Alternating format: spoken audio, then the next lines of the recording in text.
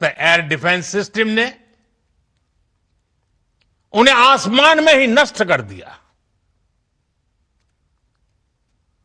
पाकिस्तान की तैयारी सीमा पर वार की थी, लेकिन भारत ने पाकिस्तान के सीने पर वार कर दिया। भारत के ड्रोन्स, भारत की मिसाइलों ने सटीकता के साथ हमला किया।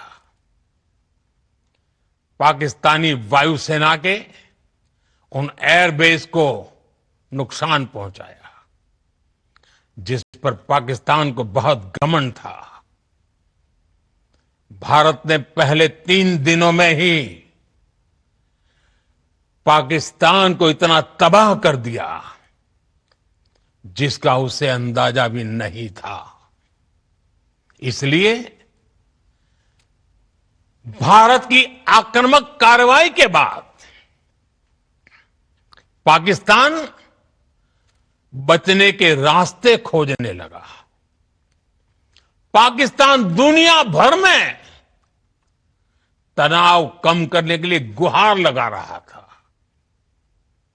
और बुरी तरह पीटने के बाद इसी मजबूरी में 10 मई की दोपहर को पाकिस्तानी सेना ने हमारे डीजीएमओ को संपर्क किया। तब तक हम आतंकवाद के इंफ्रास्ट्रक्चर को बड़े पैमाने पर तबाह कर चुके थे। आतंकियों को मौत के घाट उतार दिया गया था। पाकिस्तान के सीने में बसाए गए आतंक के अड्डों को हमने खंडहर बना दिया था। इसलिए जब पाकिस्तान की तरफ से गुहार लगाई गई, पाकिस्तान की तरफ से जब ये कहा गया कि उसकी ओर से आगे कोई आतंकी गतिविधि और सैन्य दुस्साहस नहीं दिखाया जाएगा, तो भारत ने भी उस पर विचार किया।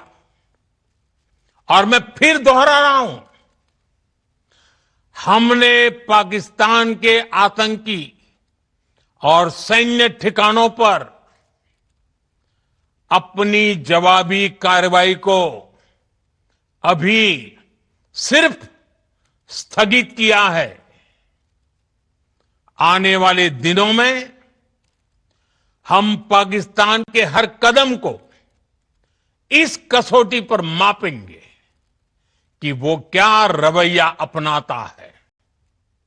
साथियों, भारत की तीनों सेनाएं, हमारी एयरफोर्स, हमारी आर्मी और हमारी नेवी, हमारी border security force BSF, Bharat के अर्धसैनिक बल लगातार अलर्ट पर है। सर्जिकल स्ट्राइक और एयर स्ट्राइक के बाद अब ऑपरेशन सिंदूर आतंक के खिलाफ भारत की नीति है। ऑपरेशन सिंदूर ने आतंक के खिलाफ लड़ाई में एक नई लकीर खींच दी है। एक नया पैमाना, न्यू नॉर्मल तय कर दिया है। पहला, भारत पर आतंकी हमला हुआ तो मुंह तोड़ जवाब दिया जाएगा। हम अपने तरीके से, अपनी शर्तों पर जवाब देकर रहेंगे। हर उस जगह जाकर कठोर कार्रवाई करेंगे जहां से आतंक की जड़ें निकलती हैं। दूसरा, कोई भी न्यूक्लियर ब्लैकमेल भारत नहीं सहेगा। न्यूक्लियर ब्लैकमेल की आड़ में पनप रहे आतंकी ठिकानों पर भारत सटीक और निर्णायक प्रहार करेगा।